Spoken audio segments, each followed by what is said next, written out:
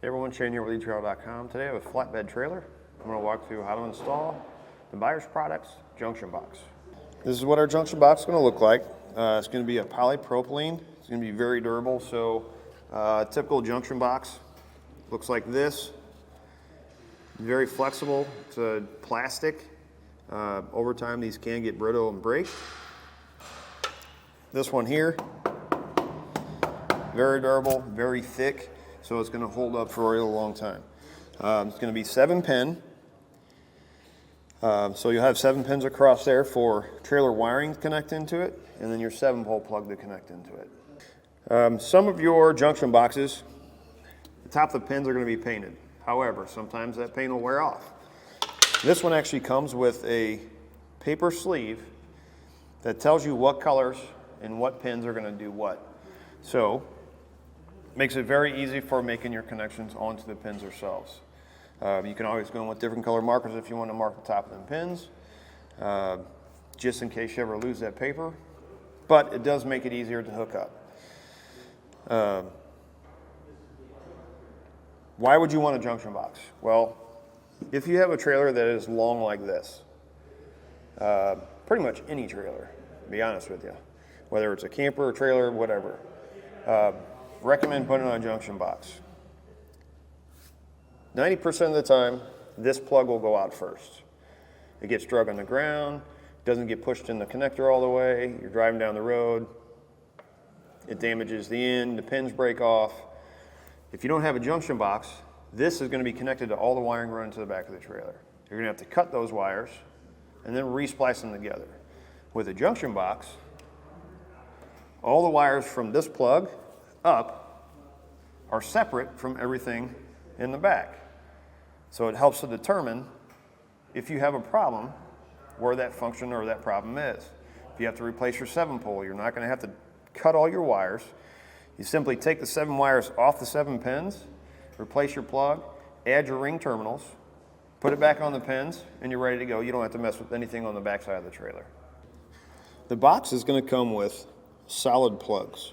It's also going to come with plugs that have holes in them already.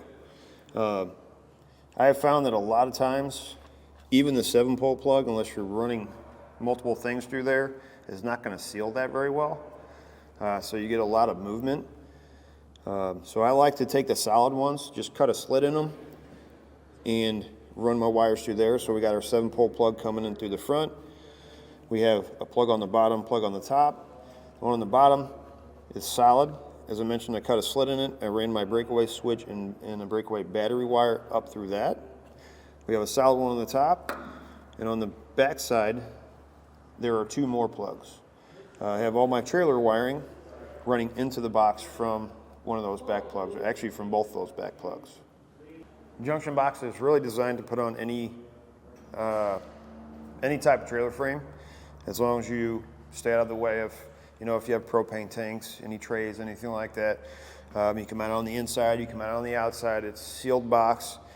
So whatever's going to make it easier for you, whether you're just replacing the 7-pole plug in the front or you're replacing all of your trailer wiring. For this particular one, we replaced everything from front to back to minimize any issues that our neighbor is going to have later on. Add the new junction box, and everything is tied together right inside that box. As far as the installation process, pretty simple and straightforward. If you don't already have a junction box, or even if you do, you're probably going to have to drill a couple holes, one on each side. Get you a bolt, lock washer, and nut for each one.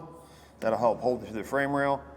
Our neighbor had one on there, except the holes for this new one didn't line up with the one that he had on there, so I had to drill new ones. Again, I just put a nut and bolt flat washer on there, or lock washer on there, hold it in place. Other than that, that's simple to mount wherever you want it, and then run your wires in.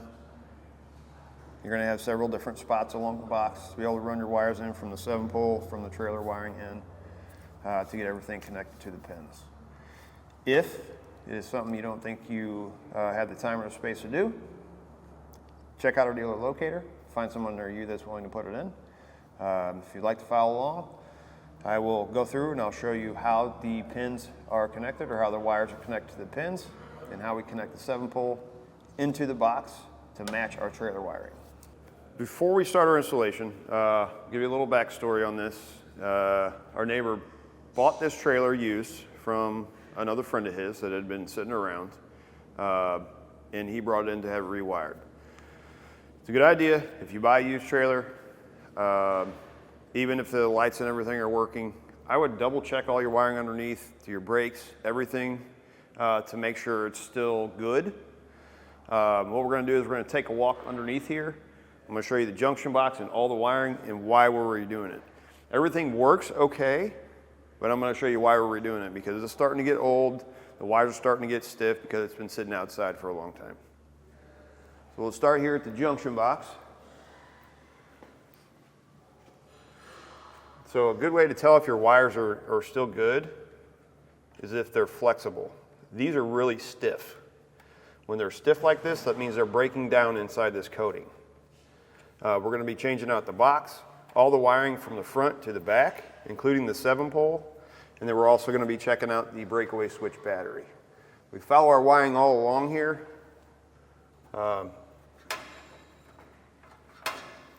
You can see it's open to the elements. I mean, it's ran just like a trailer would be, but when we get back here, it looks like somebody had an issue before and went in and just started tying stuff together. So all this is not how a trailer should be wired. This can get caught on anything, you know, going underneath the trailer.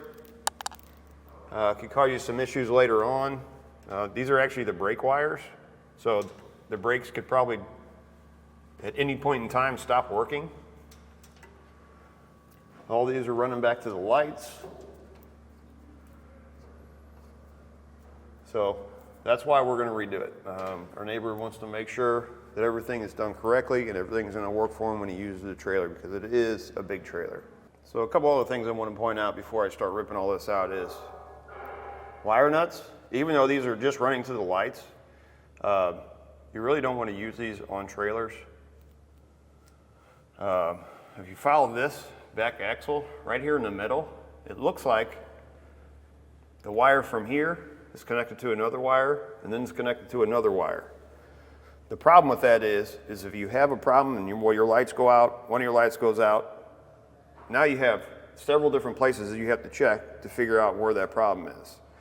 What we're going to do, we're going to run all new wiring, front to back, as I mentioned, from the lights, from one side to the other, one single wire or set of wires, so that all of our functions work. But it's going to minimize, if we have a problem, it's going to minimize where we have to check to figure out where the problem is. Okay, to hook up your 7-pole wiring, the box is going to come with this little cheat sheet. Just to tell you, for the standard wire colors, what each post is going to do. So here we have our left turn, here's our 12-volt power, reverse circuit, ground, brakes, tail lights, right turn. The standard colors for all of them, right turn is going to be green, tail lights are going to be brown, brakes are blue, grounds are white, power or reverse circuit, actually it shows it red on here. For our 7-pole plug, it's actually purple. And for the wire that we ran, that we added, it's blue. 12 volts black, and then of course our left turn is going to be yellow. So now we're just going to match our colors from our 7-pole. You can run it through however you want to set the box up. Run it through, you're going to add this little clamp. That's just going to hold the wires in place. It's going to come with the 2 screws. Cut your wires to length to fit.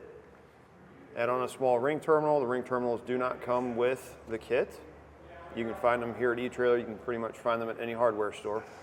I recommend the small ones only because of how small these spots are and how many wires you're going to be putting on. The smaller these are, the more you're going to be able to get on there. So I'm going to start with my right turn. I like to put my 7-pole plug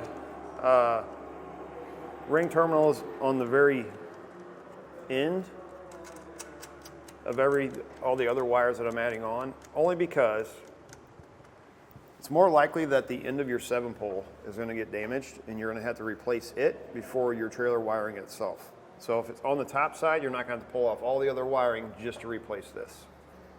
Taillights.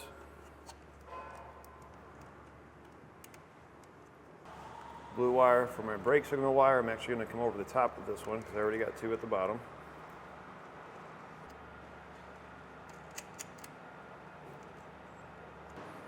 Keep in mind for the ground, you need to ground the box too. So you'll notice this big white wire here at the top. I actually made one, went out of this top boot here, went around the top of the frame rail and grounded it right to the frame right there.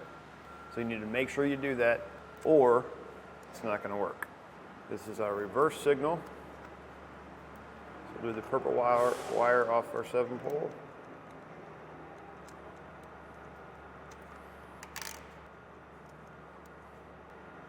Of course, our power and then our left turn.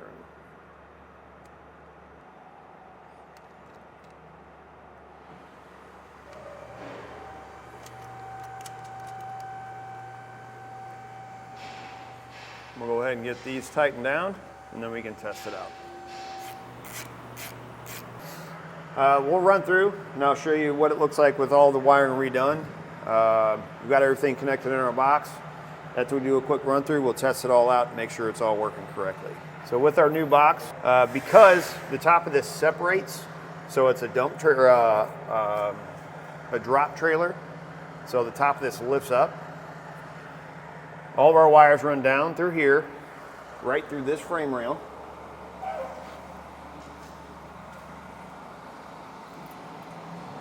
You're going to come up and then run along, right along the top of this frame rail. You can see how I redid the brake lines. And instead of having them how they were before wrapped around the axle, I decided to go up and across. And I got these 2 tied together, the back one to the front, to one main line that runs across, and then this front one to this back one. And then of course the rest of our 4-pole wiring to all of our lights that were there before. I actually added a reverse wire because the neighbor wanted a reverse light put on, so when he's backing up, it shines up the ground outside of on the outside of the trailer there, so we can see what he's backing into. So now that we've kind of done a run through, I got everything secured up in place. We'll go ahead and test everything out, make sure it's working correctly. Now I'm going to use a test box that's just going to simulate being hooked up to a vehicle. We'll start with our tail lights. This is going to be for all the marker lights that also run along each side. Do our right turn, brake lights,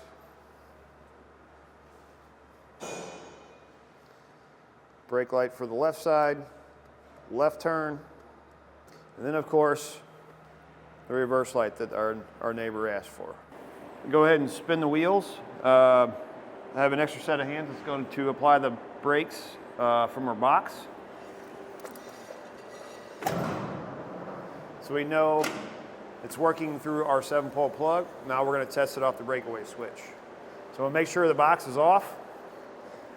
So our breakaway switch is going to work through our battery on the trailer. We know our breakaway switch is working correctly. That's going to do it for a look at an installation of the Buyers Products 7-pole junction box.